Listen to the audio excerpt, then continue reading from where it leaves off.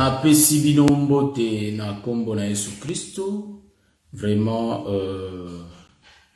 rapidement bogo supporter nga ba bien-aimé que na partager vidéo rapidement.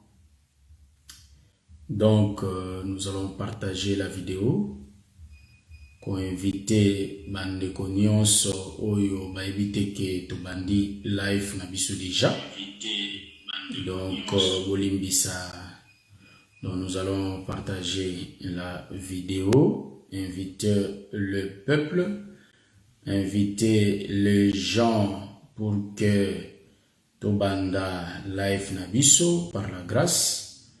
Voilà, donc je vais essayer d'inviter les gens.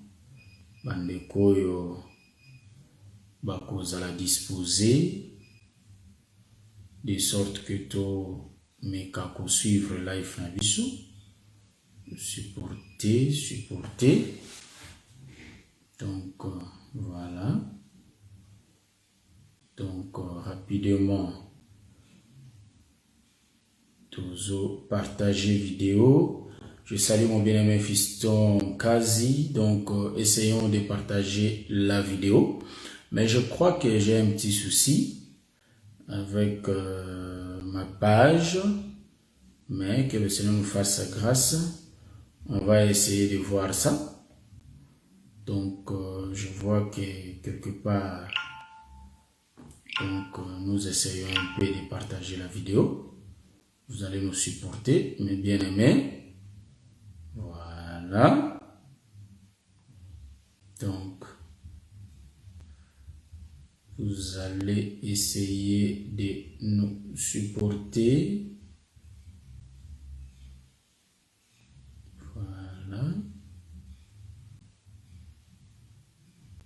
Voilà, donc ma page, je crois, est piratée. Donc on va essayer de voir la page là quand on va finir notre live. Et vous savez que on peut pirater la page, c'est pas grave, mais le Seigneur va nous faire grâce. Pirater la page ne veut pas dire enlever la grâce, vous voyez. Donc, par la grâce de Dieu, on va essayer. Donc, il n'y a personne qui voit que je suis connecté. Mais que le Seigneur nous fasse grâce. On va essayer un peu de voir ça. Donc, par la grâce de Dieu, nous allons prier le Seigneur pour laisser les archives. Mais donc, même si les gens sont connectés, je vois rien du tout, rien du tout. Donc, voilà. On va essayer un peu d'être connecté là. Nous allons prier le Seigneur. Nous te bénissons, l'homme de Galilée. Commence avec nous et tu finiras avec nous. Nous allons présenter ta parole. Laisse que yomoko olobela biso na pokwa elelo. Mate anyonso otokolo bakatkat no esika na maboko na yo na kombo na Yesu Christ. Amen. Oui, mes bien-aimés, vraiment bakoya après to bandeko bakoya sima.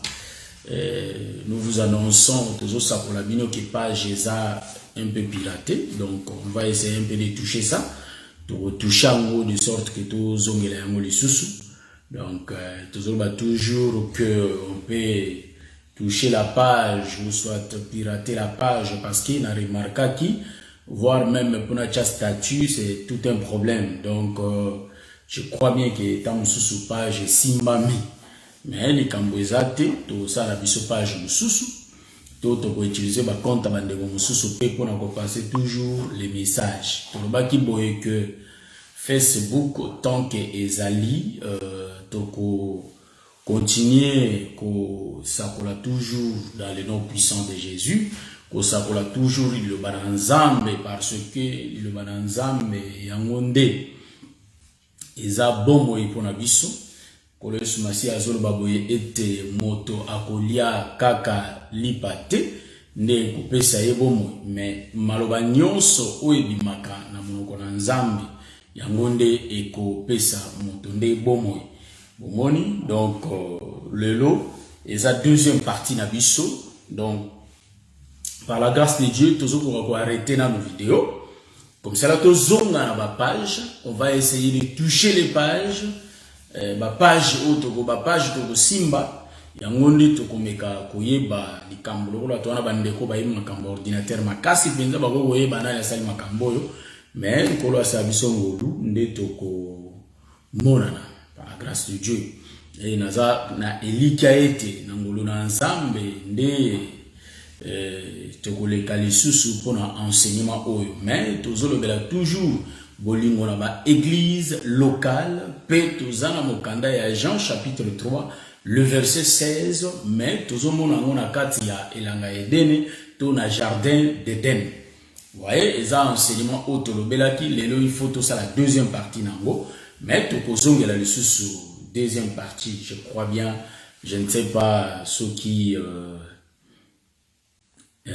bandeko bazolanda ngai parce que nga nazomona eloko te bon peut-être bandeko ba Hollanda voilà sikoyo to moni ndeko bazolanda kolwazwa lokumu voilà c'est un peu ça donc on va essayer un peu de voir mais mikolo ekoya on va faire l'émission sur le parcours comment on a reçu cet évangile par la grâce de Dieu. Donc, je salue Papa Jean-Claude, je salue Bandeko Nyonso, Obazolanda Biso, to Obakoya Kolanda. Après, Nzambe a Pambola Bino, Nzambe a Batela Bino.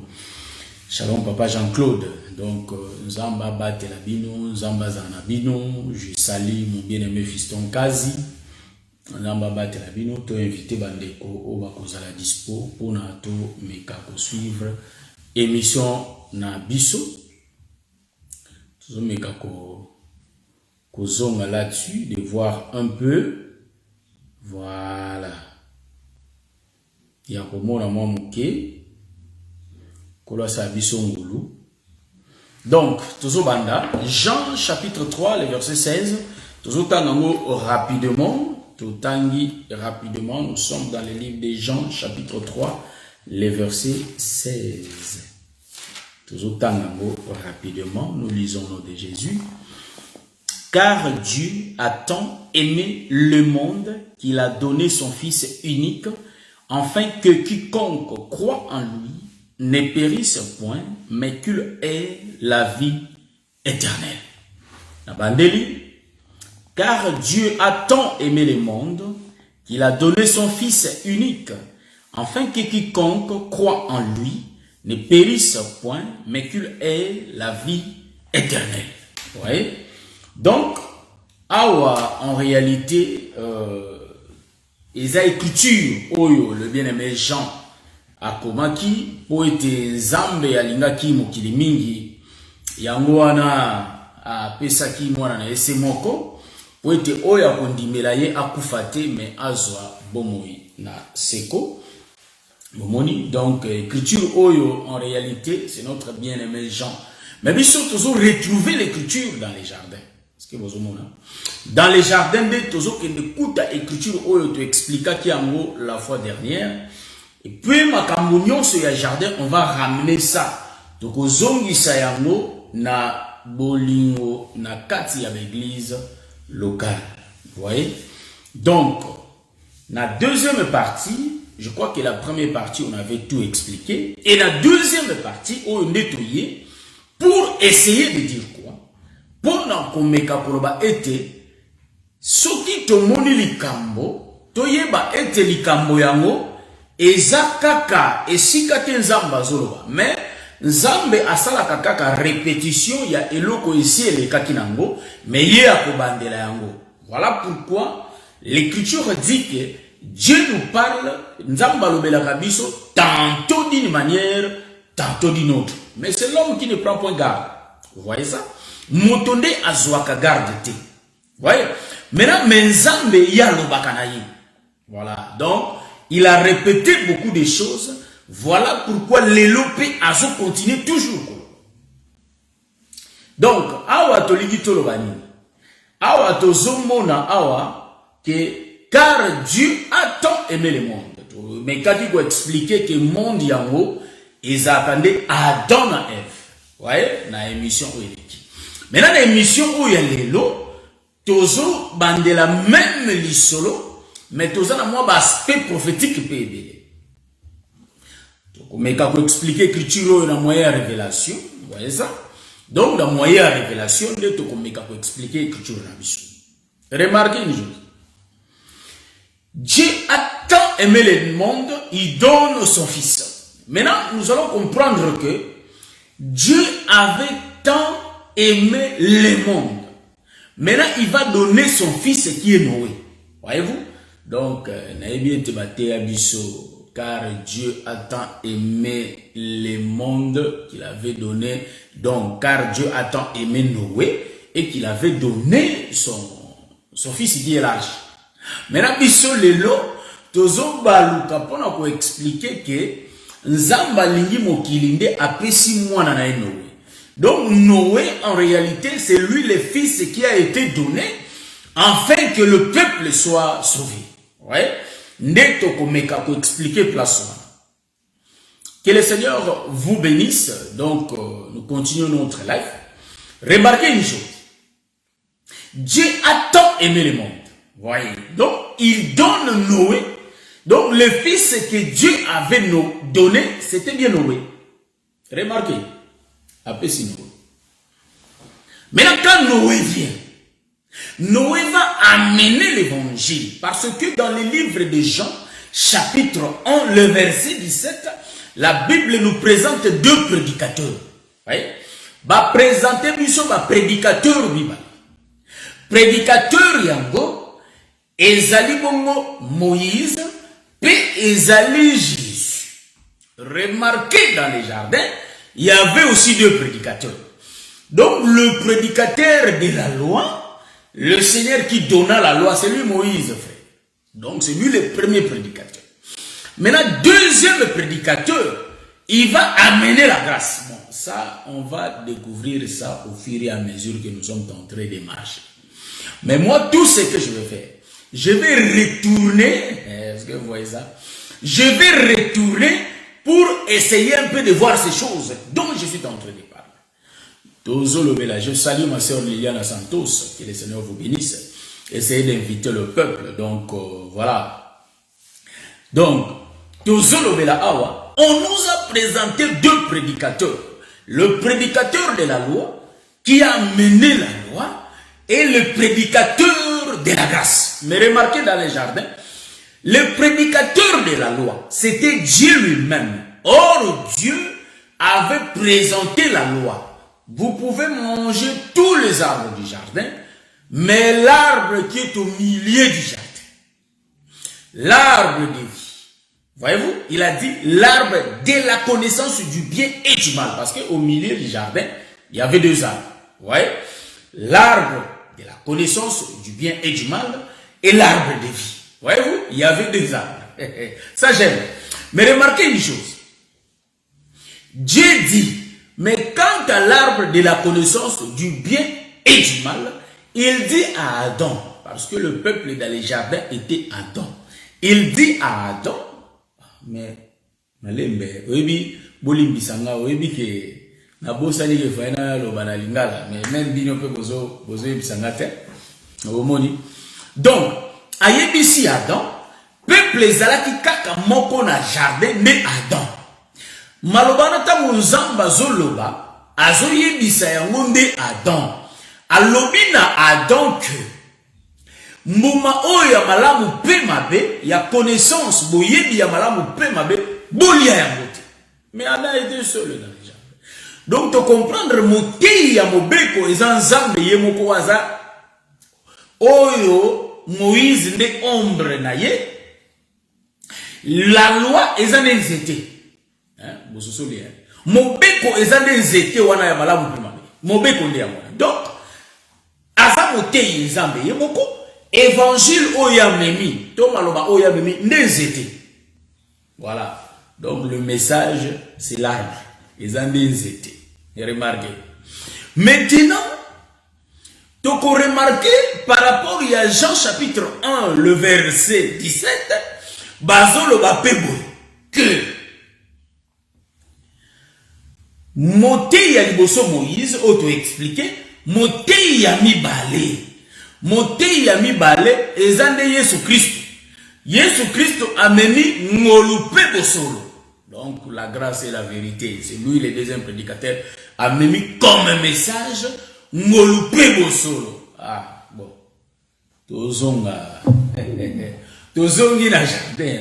Pour essayer d'expliquer que Motei a mis balewa yaki na ngolo ezange F. Bon, awande, il y a virgule moi makasi. Donc, il y a makasi. Nous avons l'écriture, frère. Nous allons prendre l'écriture. Tolobibo. Poto matalikolo. L'arbre.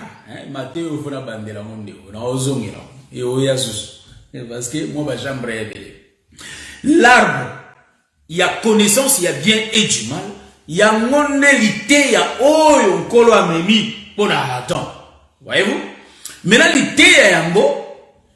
Adam a vu l'ité, et ça n'est été. Maintenant, moté y a mis balé. Tu le veux zarande F. Nde aye na ngolupe bosolo. Et zarande mouma, le fruit. Est-ce que vous savez? C'est ce que Eve a amené. Et vous voyez? Donc, c'est ça la grâce et la vérité. Bon, ça, nous allons expliquer ça. Maintenant, vous allez remarquer. Hein? Donc, tout y est dans les solos oyo, ils sont tellement profond. Bon, beaucoup remarqué, Zambe a tindi Noé. Tango a tindi Noé, o eza mwana a pesi Noé évangile. Évangile o Noé a yé nango, ezan de arche. Hein? Au moni tu y est qu'on a type ya banzete. Type ya banzete, ne te expliquer. Évangile o Noé a yé nango, eza arche. Donc l'arche, c'est tout un évangile. Maintenant, tu lui dois l'écriture pour nous commettre mona makamoto soloba. Donc rapidement, je prends l'écriture. Vous voyez, je vais prendre l'écriture. Je suis dans les livres. D'abord, il y a Jean chapitre 1, le verset 17. Potomonango, qui est tous en deux prédicateurs. Il y a présenté deux prédicateurs wanana jardin. Vous voyez, donc c'est ça notre démarche. Nous allons lire dans les livres de Jean chapitre 1, le verset 17, rapidement. Nous lisons ici, Nazawana. Nous lisons au nom de Jésus. Car la loi a été donnée par Moïse. La grâce et la vérité sont venues par Jésus-Christ. Vous voyez? Donc, c'est sur deux enseignements. C'est sur l'enseignement qu'on appelle enseignement au babenga kamobeko. Pe enseignement yami balé au en réalité ezande ngulu. Donc du coup tous a deux enseignements.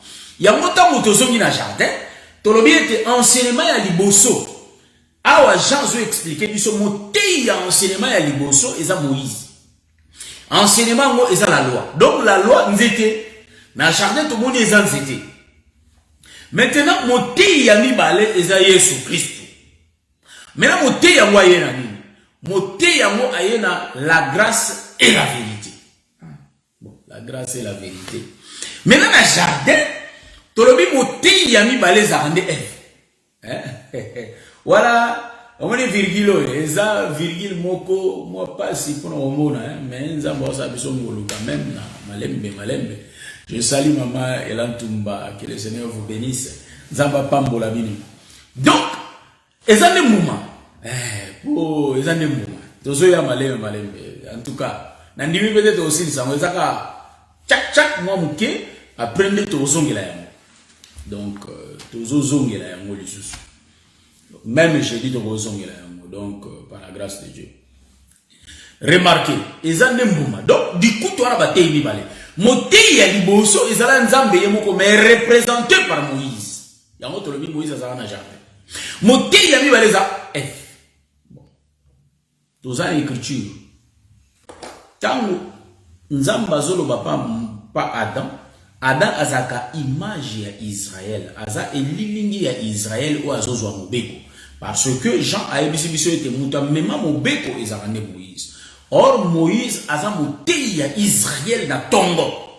Donc Moïse, il y a un tolobaka na jardin pe Moïse alaka po mobeko pesa makikuna. Mobeko lité ya Moïse a nzete ya boyebi malamu pe mabe. Voyez-vous? Il y a un tangu to zonga rapidement tangu to zongi to yemona ete. Est-ce que vous remarquez ça? To zomona ete Moté, oh yami balé, et zande Ève. Or, Ève a memeli biso. Mouma. Donc, Mboumango typifie la grâce et la vérité. Or, Moïse a dit sur la Deutéronome chapitre. Deutéronome chapitre 18. Tout le monde a Deutéronome chapitre 18. Parce que Adam a Israël comme peuple, vous voyez? Deutéronome chapitre 18, papa. Totangi d'abord verset 15, après Totanga verset 18. L'Éternel est ton Dieu, te suscitera du milieu de toi, d'entre tes frères, un prophète comme moi. Celui qui dit ces choses, c'est Moïse, frère. Donc, Nzambe akobimisa na milieu ya Israël, na kati ya bandeko na ye, mosakoli lokola Moïse. Donc, voilà de mosakoli balé mutakobima. Remarquez, Fabima na kati na milieu na ye. Voyez? Alors, awa, vous l'écouterez, faut boyoka ye. To continuer. Na jusqu'au 18. Kolo azolo basiko, Moïse te mutazoba na 15 Moïse mutalobi, mais na 18 balobi bo. Je leur susciterai du milieu de leurs frères un prophète comme toi. Je mettrai mes paroles dans sa bouche et il dira tout ce que je lui commanderai. Voilà. Nzambalobi bo. Ako zwa maloba na ye. Ako tchaya mona kati ya prophète wana. Mais prophète ako fa bima na milieu ya Israël. Voyez-vous? Maintenant, remarquez que Nzambe ne muta prophète wana, Nzambe ne muta ko tchama loba na ye na kati ya prophète. Est-ce que vous voyez ça? Nous sommes dans le livre de Jean chapitre 3, le verset 16. Nous vous expliquons on a bozindo nango. Maintenant remarquez, tolobi moti yami baleza nini remarquez, lokola Israël les a Adam. Nous comprenons que Adam a qui enseignement au babenga la loi qui est l'arbre de la connaissance du bien et du mal. Mais remarquez une chose, le Seigneur, donc tant où Adam a zui, c'est qu'Olians était oyoté, tu comprendre était Adam si a koufi déjà. Pourquoi? Parce qu'il y a yokilité à au babenga mobeko. Zoka mobeko et koki kope sabo moïté. C'est pourquoi même le frère Paul, dans Romains chapitre 7, a dit clair que ceux qui n'aient pas qui sont, ils ont donc le salaire du péché, c'est la mort. Donc Moïse a poufa qui peut yoka qui mobeko. Mais pardon, Adam a poufa qui peut yoka qui mobeko. Maintenant il faut, voyez-vous, un sauveur, aya pour bikisa Adam. Maintenant mon téi wala peut pas même enseignement. Or, enseignement, mais remarquez une chose, parmi les frères. Dans un milieu à Israël qui est Adam, il faut monter Yabima. Donc, monter Oyazobima dans le milieu à Adam, et Ève. Donc, Dieu va retirer Ève, na Katiada. Voyez-vous? C'est lui, c'est elle. Donc, la manière à comment on a moi aussi. Parce que, oya qui koloba déjà pas Adam, azala mobile. Maintenant, faut moi si aya polo biko pesa. Est-ce que vous l'entendez bien? Moi si ce qu'on fait aya polo biko pesa. Maintenant, moi si on fait bima au milieu d'entre les frères, bah bimisi ce qu'on est. Donc, l'opok au sein qui est bimisa. Donc, Zambende muta bimisa. Donc, Ève, le prédicateur, il y a la grâce. Bon, pourquoi Ève? Vous savez que Jésus a dit Israël. Nalinga kina sangisa bino loko la mère poule ou azo sangisa ba soso ou azo sangisa ba bana esika moko. Donc mère poule, Jésus a s'identifié comme une mère. Donc tout le monde était tata o ayaki na tongo koloba ya panzaki. A panzaki peuple parce que mo beko koki ko kangisa peuple te yango nde ko dizili sumi. Voilà pourquoi il faut ngolweya. Or ngolweya ko sangisa. Bon.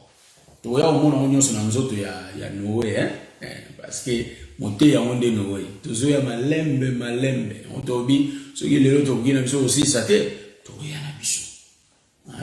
Donc, tokoya malembe. Voilà. Donc, remarquez, Ève a bimi la kati Adam. Mais, na bon moto, on a Ève à moi. Mais remarquez, ça parlait de celui qui devrait venir. Parce que Ève, na Adam, c'est-à-dire, na jardin, ils ont un mouvement physique, mais ils la réaliser spirituellement. Donc, moto oyakoya, prophète oyakoya, a la capacité à sa peuple comme une femme, comme une mère poule. C'est pourquoi il représentait déjà Ève comme une femme. Remarquez, Ève dans Wabimi, tokomona était Ève, lokola Adam si akufa. Pour yoka ki momeko. Ève dans Wabimi, nzamba zolo bana Deutéronome, agochama lobane na kati na. Maintenant lobango ezana. C'est pourquoi vous allez remarquer, Adam a kokaki bolanda autoroute tozali très bien. To dévier autoroute, c'est pour ça de changer autoroute to beti libanda. Voilà bien. Donc lokola to koki kokende kunate, nesiko to na kati ya autoroute au poto tikala na kati. Voilà c'est ça.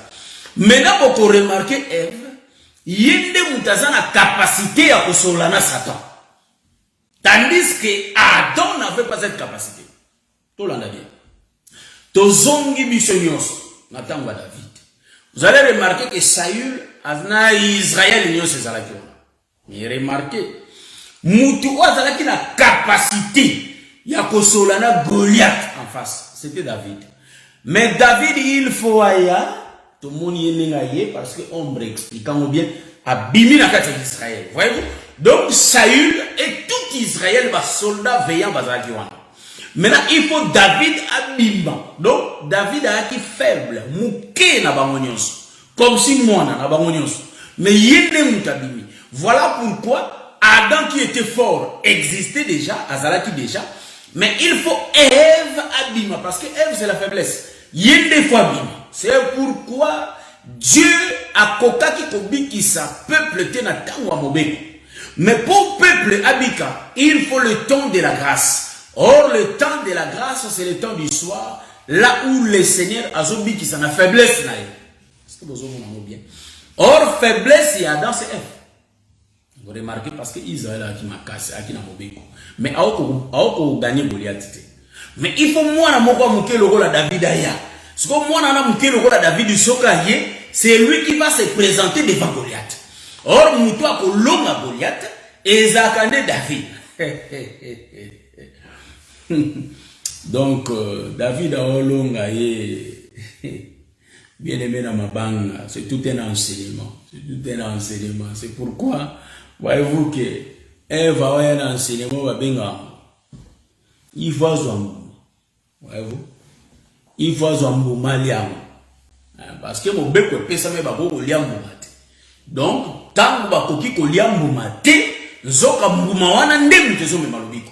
Olandiango, bon, tout est habillé au mot en réalité, oyo, to benga ngo, tango ba ne ba oyo kango, et ça va on mato y passer, on to benga ministère et le babilo koyo, et ça difficile à croire, mais tango tali bien au biki oui ça yango, Jésus tango azo sa peuple que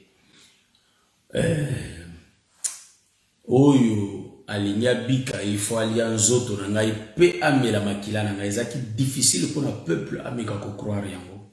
Et biloko nazo expliquer, nous prêchons les choses cachées. Biloko e bombama menzamba sali biso moloto mona yango. Donc secret nyonso ya nzambe ya bombama na sima ba écriture. Mais tant que tozana ministère tozo expliquer ba écriture wana nde nzamba zo mona.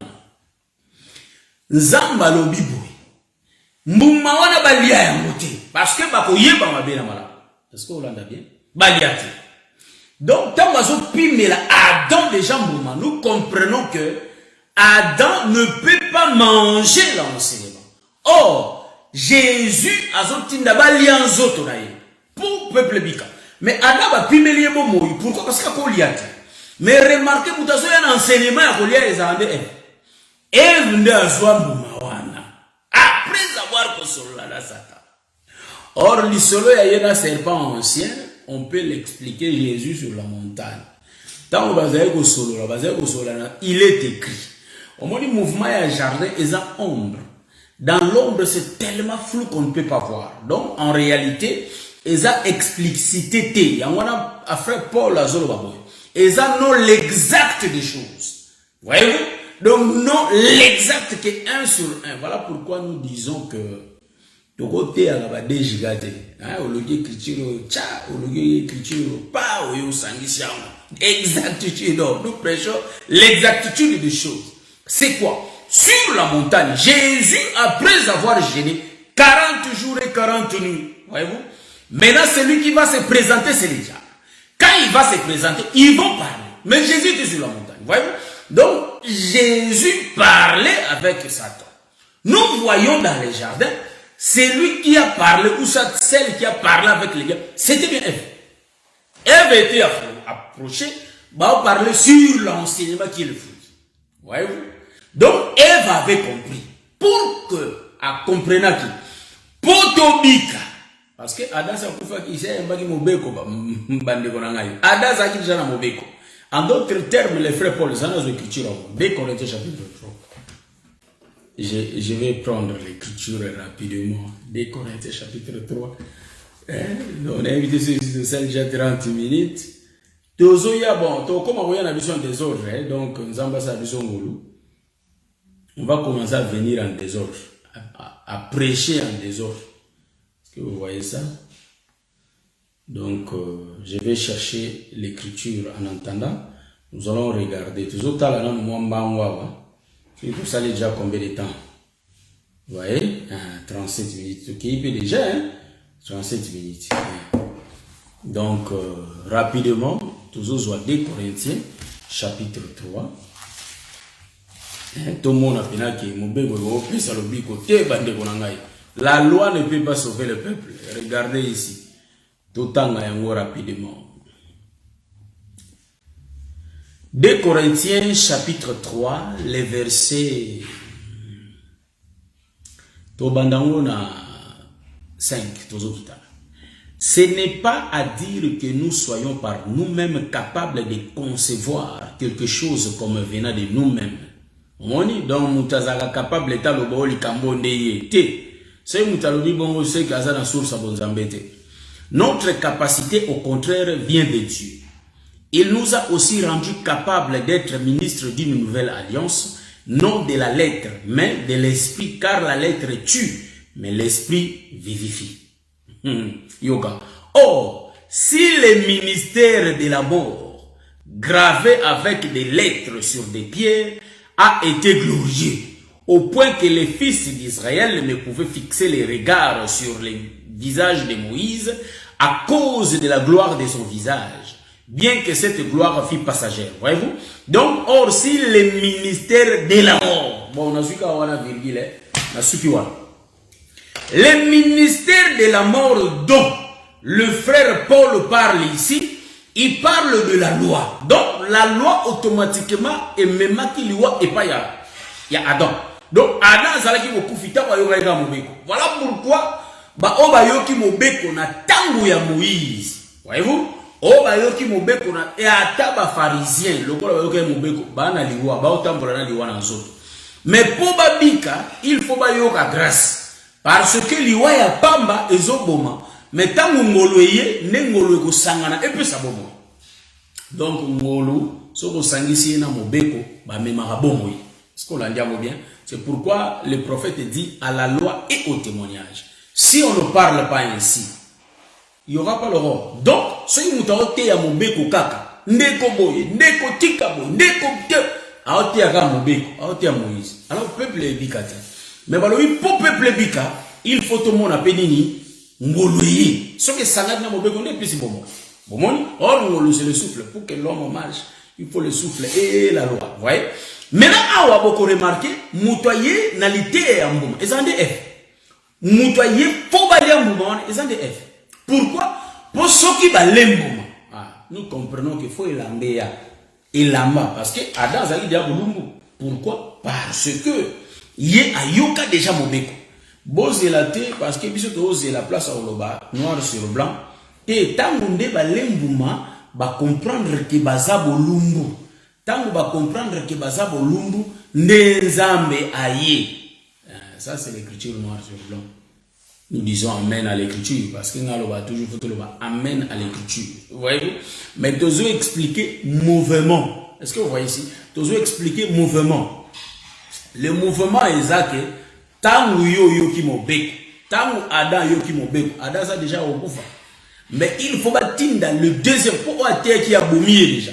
Il faut bâtir dans le deuxième prédicateur. Mais Moïse alobi prédicateur à moi ou talibandate. A ou taka na Israël. Adam et Israël. O ayo ki mobeko. Si vous faites Eva binawana. Donc, vous avez un monde Eva. Eva, c'est quoi Amemini? Amemini Mboma. Mais non, il faut bien. Parce que si nous mangeons les fruits, c'est alors que Tozo Bomo. Bomo, il y a où tu as payé dans l'enseignement. Parce que Israël, dans le bâtiment la fois passée, Israël a zouaki momoïté parce que Nzamba ebisaki. Soko le nyama, lianzo, kolia na makilate. Parce que Bomo y a nyama. Et vandinde na makila. C'est pourquoi Israël aliaka kan zoto ya pamba ya nyama. Or zoto ya pamba ya nyama, to comprendre que amela makila te. Donc makila et sopa ya mona mabele. Donc mabele de mtebela makila.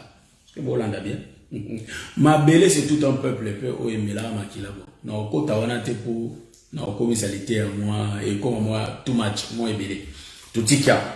Donc, Israël a l'écart musunya pamba. Voyez-vous? Il y a un moment du temps où Jésus a dit sabango, o ya ko lian zoto nanga te, pe ya ko mela makila nanga ta, ozo mo ikati na imote.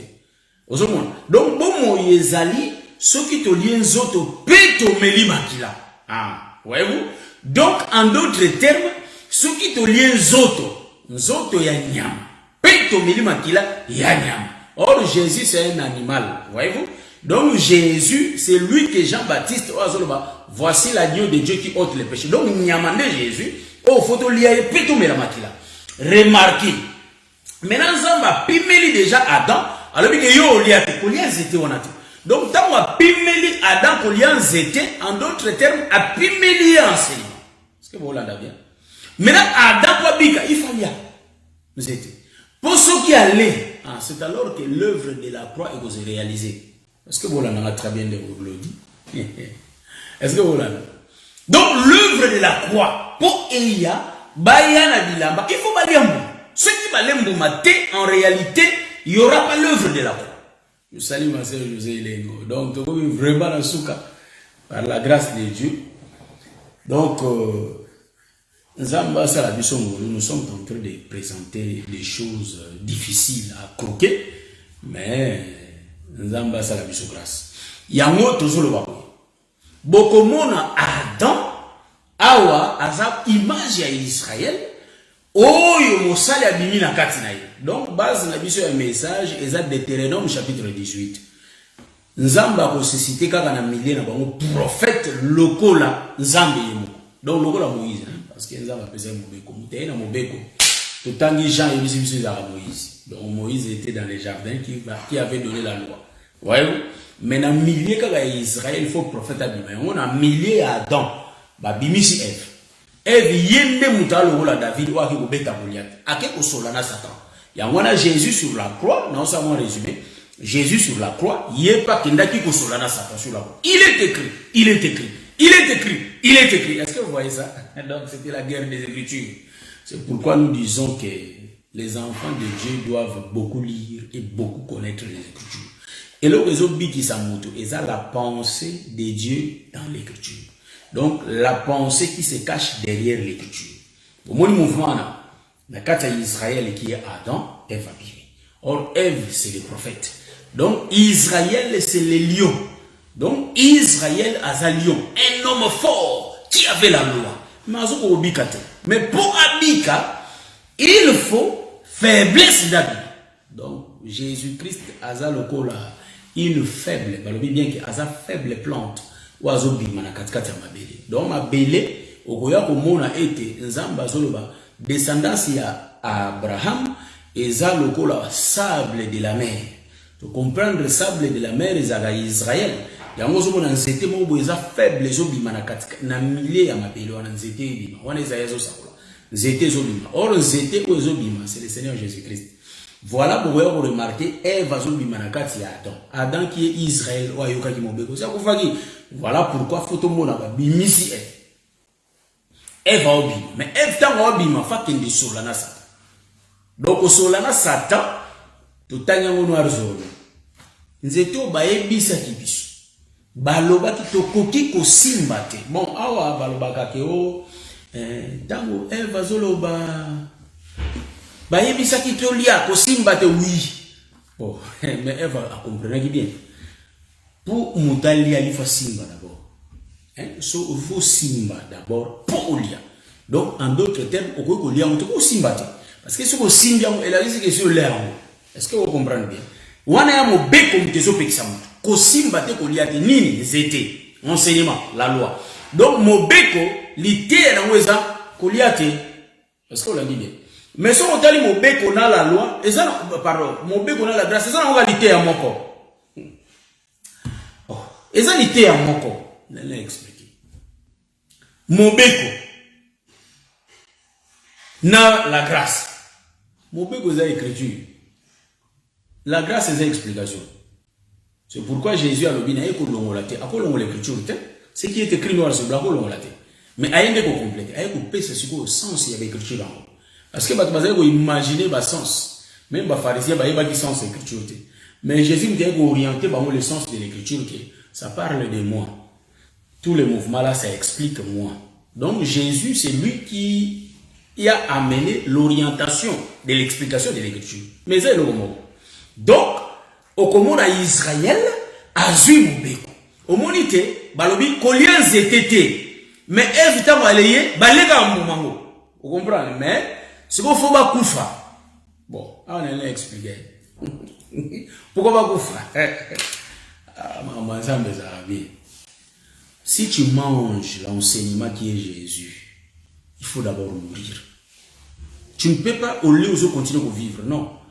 Et bon, non. Tant que bon, on est sécurisé. Il y a un Paul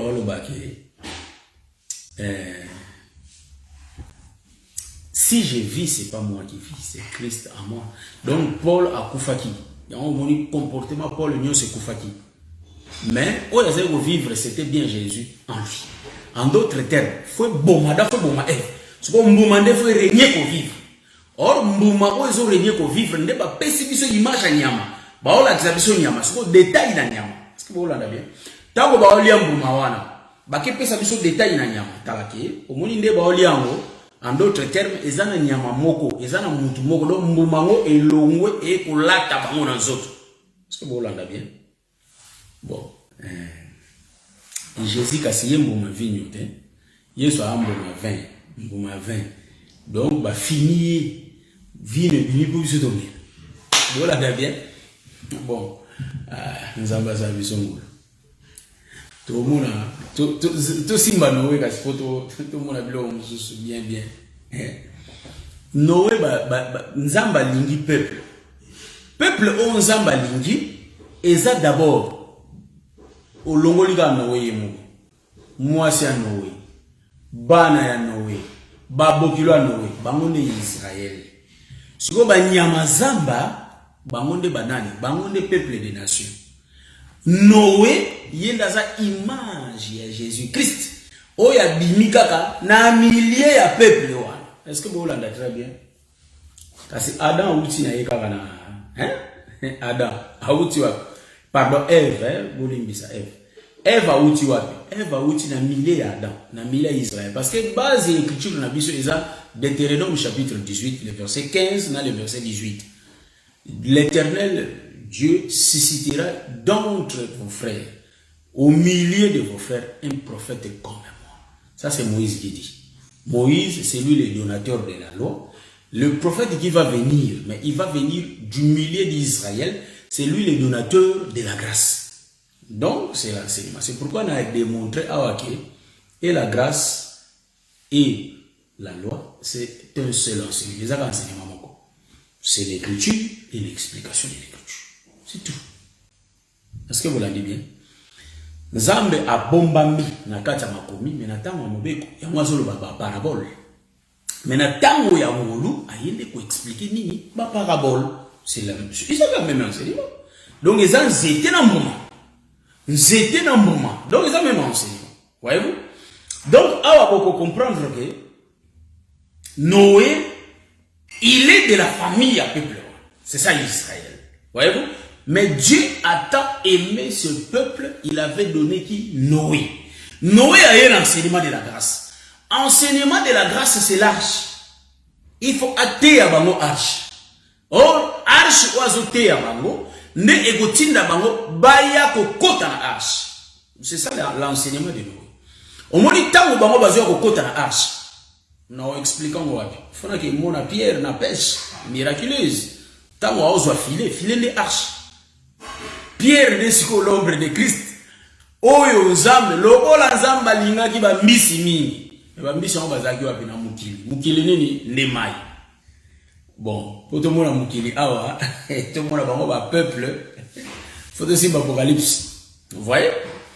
Maintenant c'est que Pierre aïe a bois qui filet. Or filet, c'est ça l'arche de Noé. Et ko kangabana et kangabambisi il faut ba yana kati ya filet de sorte que à faire déplacer bango na royaume ya ténèbres amène ma bango la kata pirogue qui est le royaume de la lumière. Est-ce que vous voyez ça? Maintenant ce que beaucoup remarqué que Noé a causé le même mouvement. A koloba maloba, hein, na lobi a filer za arche. C'est la même chose. Et l'enseignement et la parole, c'est la même chose. Remarquez, Noah koloba maloba oyo kotinda peuple ba kota ba ya kokota na arche. Bon, botuni maloba Noah loba ke po Noah te arate. La Bible dit que moko daya papa parce que pas moi na ceux qui papa tindi était. Donc le prédicateur c'est le père lui-même. Ouais. Donc le père c'est le filet. Hein, qui va attraper les poissons pour même mabango wapi na barque. Donc filet na pierre baza mutu moko. Pierre yemo ka wala bois qui filet mutu moko akangi aye na bango wapi na kati ya barque. Or barque c'est ça l'arche. Donc le père te comprendre c'est le fils lui-même. C'est lui qui m'a vu le fils, c'est lui qui m'a vu, pardon, vu le père. Remarquez, Maloba, c'est ça l'enseignement, c'est ça l'évangile, c'est ça le son de la trompette où est Betty. Banyama babimi, Batu babimi, où est Israël, baki pota bangonyo sur la carte arche.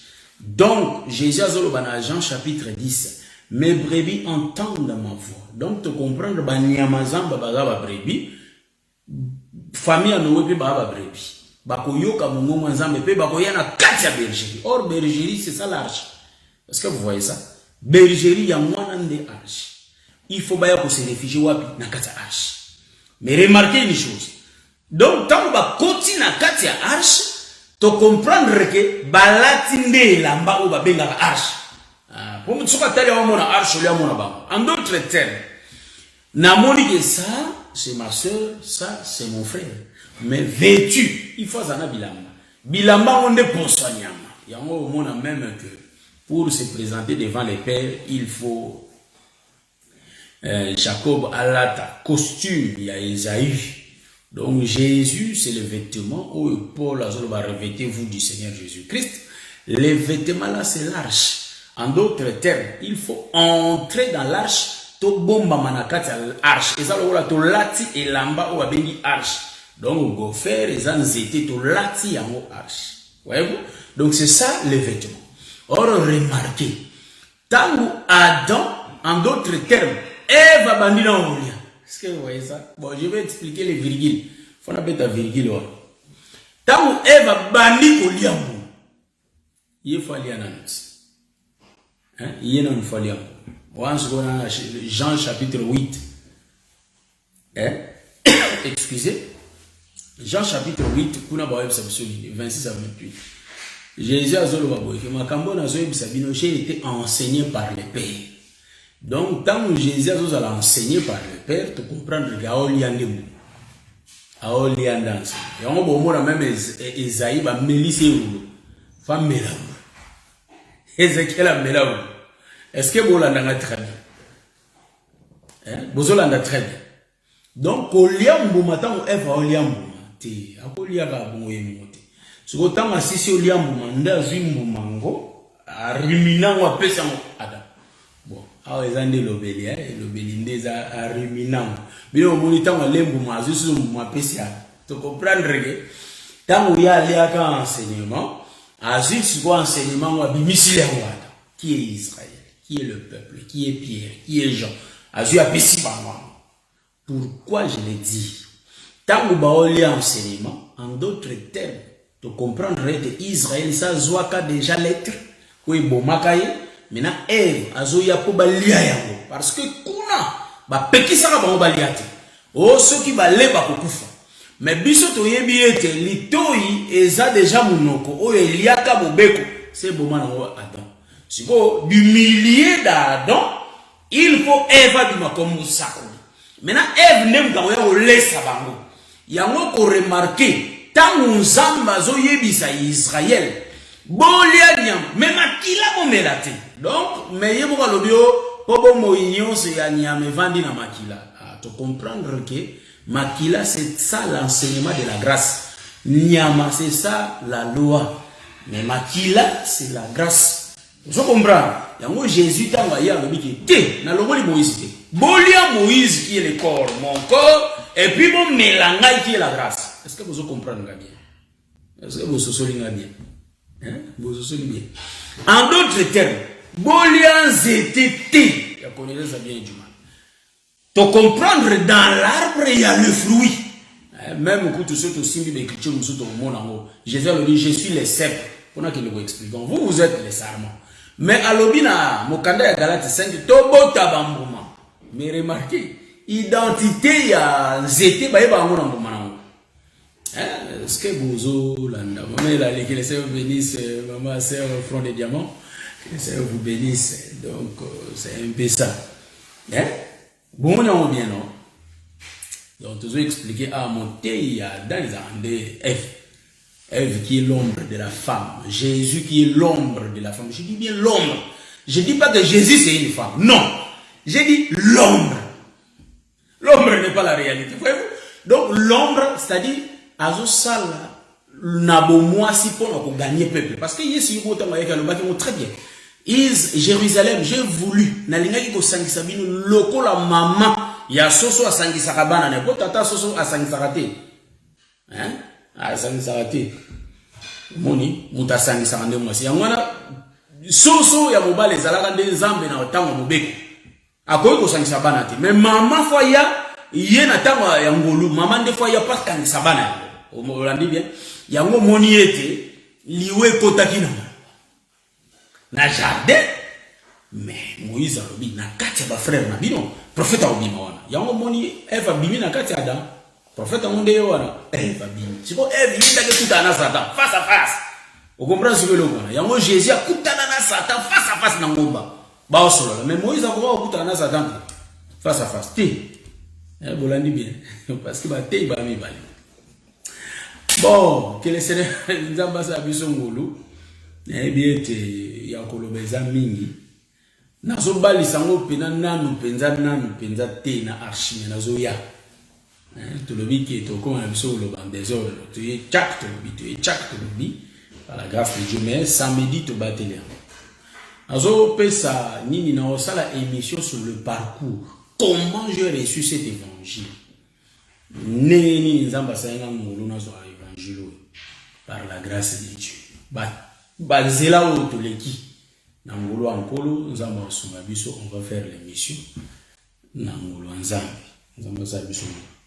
Mais le lot ozo expliquer juste que pour to kitana biso pour kalaté to sala 1h du temps quand bien même les gens n'ont pas c'est pour to ça.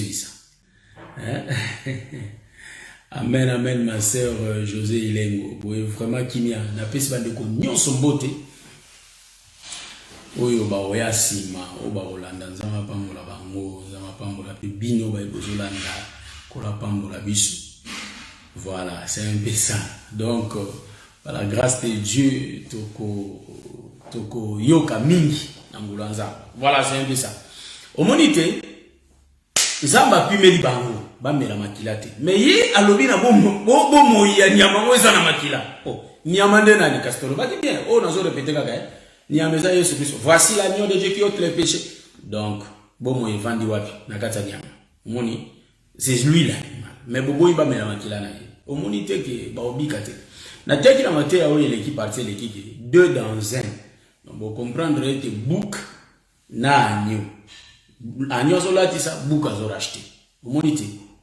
Donc, en d'autres termes, bakola tana bango ilamba me babiki te baka na maboko yango moni mobe ko biki sa te. Pourquoi? Parce que ba mera di makila te biso écriture etali ici biso kuna na proverbe je crois 28-26 si je me trompe pas ba bien que rachat le prix du sang pour na kosomba bila il faut makileta makila nde ya monde zo kangola moto. Est-ce que vous l'entendez bien? Le sang prix à rachat. Ezande makila, ezande ma papa. Yango moni mobeko be moiza ko wala tali papa te. Donc makila wana bezali papa. Yango omona kuna Boaz azaki na droit la ma papa. Ya ko kango. Donc en d'autres termes, ma papa yango wana de peut sa droit de rachat. En d'autres termes, rachat c'est le sang. Donc ce que meli makila au longwe pena na maboko diable. Au longwe. Vous comprenez le longwe? Diable a libéré ou a libéré. Mais si vous Israël muta sopa makila azati. Makila wala nyoso baso sopa balobi bien que makila banyama et koka ko kangola te ezaïga ko finika. Désolé. Il faut que mutu pardon. Il faut que mutu yemo kwa ya. Ce qui mutu yemo kwa makila moto. Est-ce que vous l'entendez bien? C'est comme Jésus qui dit, il faut qu'on mette. Est-ce que vous l'entendez bien? Parce que, Adam a dit, mais Ève, tant il faut que liamo. On dit Adam, faut liamo. Parce que ce qui kakato liamo, on comprendre était bilambe oya. Bilamba, ça veut dire, bon, en d'autres termes, on va dire. Donc, on va lire chaque, tu comprendre que c'est que nyama kuna kufi elamba na ezola tabango kak na kata nzoto. Est-ce que vous entendez bien? Nature na bango zo changer. Est-ce que vous entendez bien? Voilà pourquoi je vais dire que mon Christ nyonso ayeba mabena malamu. Pourquoi? Parce que Moïse a longwati. Moïse a zalaka toujours. Tu yebi mabena malamu. Mais sikoyo mabena malamu wana nazo détailler très bien. Mabena malamu wana ata tu yebi yango boye. Mais bozo remarquer que to bikite. Mais pour to bika photo yoka mo pepe souffle. Et puis ça biso boye yango moni Moïse a te Saint-Esprit ko kana ngo kitate. Souffle là c'est le Saint-Esprit. Jésus avait l'habitude de souffler au peuple. Voyez-vous? C'est le Saint-Esprit. Le Saint-Esprit, tant que y est, explication, il y a ma communion sur les accords. Vous voyez? En d'autres termes, tant que le Saint-Esprit est zoya, il y a un monde tant que il y a un monde ezo katarido. Le voile les autres kabwana pour tout comprendre ma kabo e bomba makina kati. Nzambe nda bomba makina simarido. Rido est écriture mais si mana yango zamba ko bomba makuna poto mona ye bien ndenga zali obiso mona ga rido c'est l'écriture mais poto mona ye bien ndenga zali faut rido we kata donc écriture eza expliquer nde to moni mobimba ya nzambe yango Pierre Paul azoloba tozo moni na no moyen ya miroir mais mokolo na to moni ndenge ya zali voyez-vous donc miroir est-ce que vous l'avez très bien miroir peut vous montrer votre figure. Donc, on a comme on a eu solo que batana biso akala kala bazala batana itakatala te. Donc, mutatambola ayeba elongine tendinga ndengeza. Voyez-vous? Donc, au moyen du miroir ndezo permettre mutamona ndengeni. Voyez? Donc, en réalité, nous avons cette grâce-là de connaître Jésus, comment il se cache dans les Écritures. Voyez? Tout le monde est prédicateur dans le jardin. Prédicateur ya liboso Moïse nde nzambo apesi mobeko apekisi nzeta mbaliate prédicateur ya bale via yego liamo aya enseignement bi photo lia ya ngona Jésus alobi manger mon corps et boire mon sang. Bien aimé, voyez quels que soient nos problèmes, quelles que soient nos situations, toye bakaete, lobby qu'on a biso et koko uta et pas muta mokilité, mais lobby qu'on a biso et uti kaka et pas encore le spacia. C'est pourquoi tant que va manger le corps de Jésus, bien aimé, boire son sang, sinon tobi kate en réalité le corps et le sang. C'est deux choses. C'est la loi et la grâce qui doit être mangée dans la bouche. Bien au physique comme manger, mais nous savons bien que manger, un chrétien alia canalitoi. Est-ce que vous avez remarqué? Un chrétien alia canalitoi. Yango tozolo ba ete la bouche spirituelle c'est l'oreille. Hein? Lilobata mozo bimana monoko nzambe a utiliser serviteur na ye yo olia angona litoi. Mais balobi bien il faut manger le corps et le sang. Mais na ba église mingi balia kaka nzoto apamba. Yango moniti lelo même Paul alobi ke ba prédicateur ya Moïse bazali. O bazo koti aucune église au réveil au groupe de prière au moni kuna ba ote yaka Moïse. Mais ba pesi makilati. Kaka doctrine bon. Na oloba bien. Makila ezali la révélation, la prophétie et la connaissance. Nous autres, ezali la base qu'on appelle la doctrine. Voyez-vous?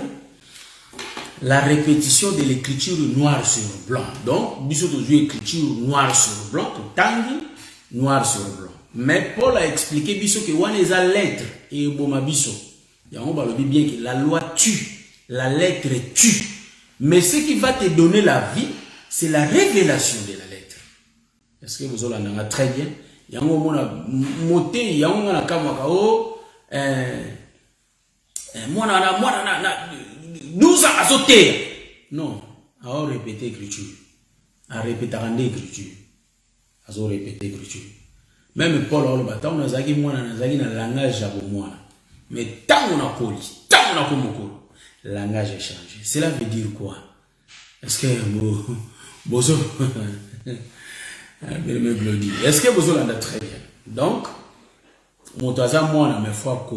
cela veut dire que monter, en tout cas, on n'est pas là pour toucher nos prédicateurs. Non, tout ça, c'est juste quelques explications, hein, parce que nous, ce qu'on n'aime pas, oh, bah, le polémique, non, ça, nous, on n'aime pas. Tout ça, nous, que, comme on expliquer bien. Ok, aux yeux, kaka lettre, aux yeux, kaka lettre, au koufa. Donc, c'est pas que la vie, mobete bomoi ezana makila ezana nyamate ozolana po bomoi ya nyama wana evandi na makila. Donc en d'autres termes l'animal c'est la lettre, donc la vie de la lettre evandi na révélation. Est-ce que vous voyez ce que je vois? Donc la vie de la lettre bomoi ya mobeko evandi na ngolu. Est-ce que vous l'avez bien? Bomoi ya mobeko hein evandi na kati ya ngolu. Yango moni batile biso des prédicateurs. Bah, mais 2 enseignements. Tolobi que enseignement liboso nzete, enseignement mi balembuma. Mais nzete na mbuma zelo mo parce que mbuma buti na nzete. Yango tolobi bien que prophète ango o aye na ngolu abimi na kata Moïse. Hein? Abimi na kata Israël. Yango moni Samson en réalité pour habiter sa peuple, il faut boma lion. Donc lion c'est lui la force, la loi. Oyo ba bomi na kati ya mobeko tomoni ngolu ebimi. Mais ngolo ango faut que ndo biki sa peuple. Ba ki mo sino mbala. Tata na ina mama na ye. Bola ndabe. Mais yemoko face à lokola Eve.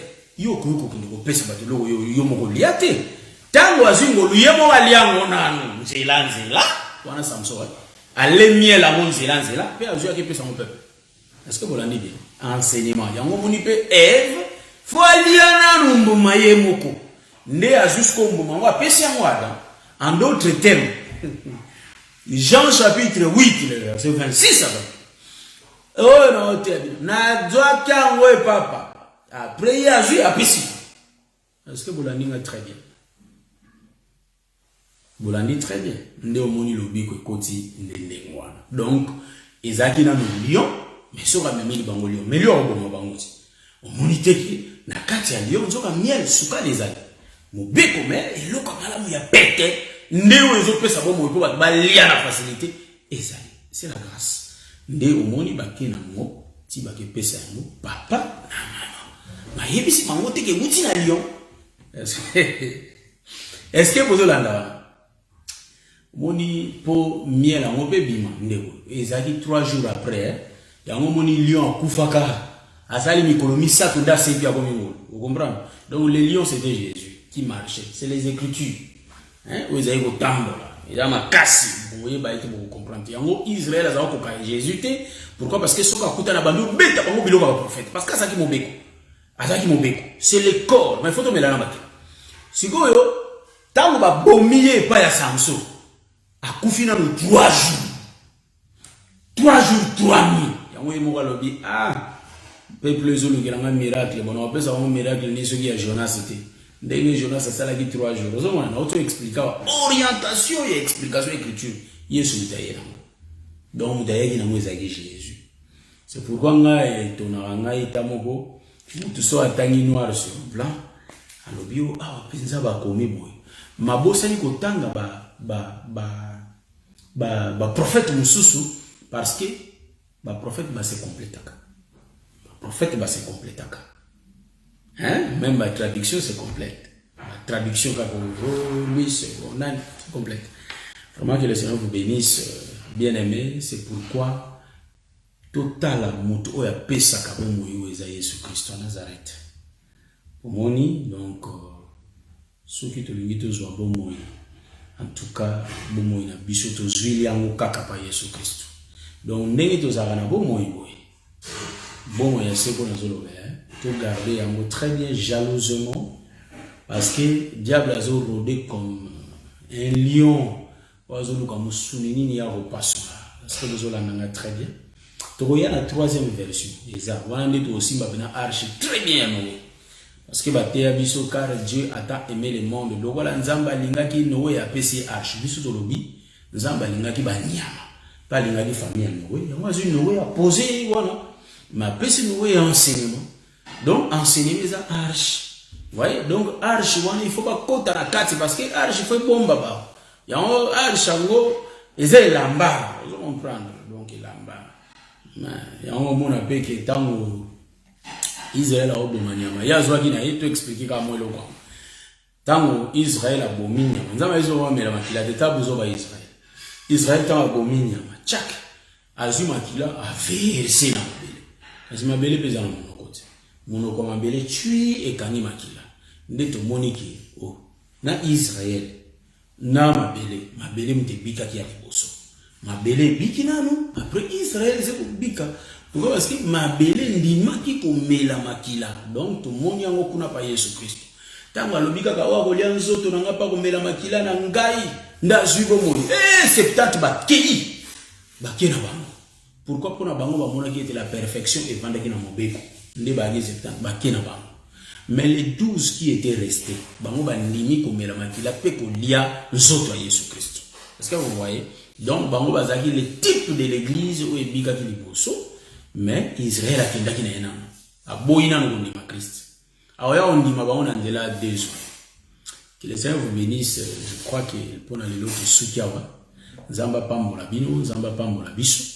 Voilà qui enseignement à Bissau Bibalé dans Jean chapitre 3 le verset 16 et na pesi tout le monde ba mbote ba deko nyonso ba ninga bele mezo espérance nkolo pambola yo mama ela tumba nkolo pambola bino mama fond de diamant mama José Lengo bien aimé Glody Mosaka nkolo pambola je salue le bien-aimé fiston, je salue papa Gisela Binueta, le bien-aimé Païs Serge Colozelot, papa Jimmy Grant, je salue papa Jean-Marie Okitole, papa Farid Laimoussi, tout le monde n'a pas bien mbote na Congo na Jésus Christ.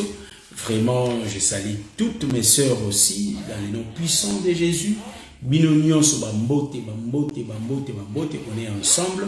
To kutana so nzamba sungi c'est jeudi ce que j'ai dit to kutana to kutana samedi vraiment encore la pambola bino comme je l'ai promis to mega moi bo sala émission ya bozambo moni mamba bozambo tozui tozote mais ça on nous avait aussi enseigné de quelque part. Parfois, c'est important qu'on ait un parcours, il y a mutu po sali pe nini, ezate mutei mo bo bimika ka bo to ko mo no ka bo yo uti wapi bo o bimeli wapi to ye banano leki wapi uti wapi o leka ki wapi ozaki na banana. C'est vraiment important qu'on ait un biloko. On va réaliser une émission, mais tout ça publier. Nga na zama ba difficulté na lobi ko peut-être ba bloquer ki page nana.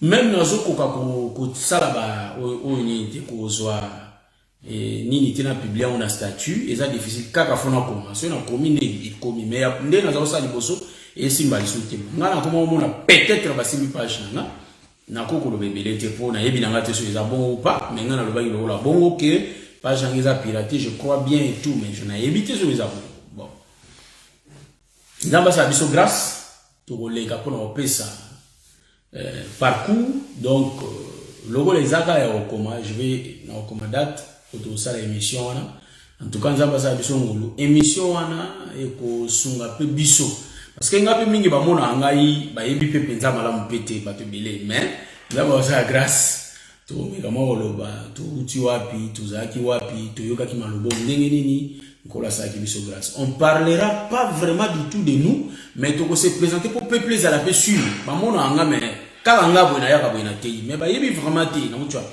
na zaki wapi na uti wapi et yebanité donc nous avons ça biso grâce on va faire l'émission na moi ndengwana nous avons sur la biso et peut-être au sunga pe moi bande mususu et au sala biso nyoso penza malamu nous avons pas mola biso nous avons pas mola bino tolito yo ganzembu bonga za gara nzembu moko ya référence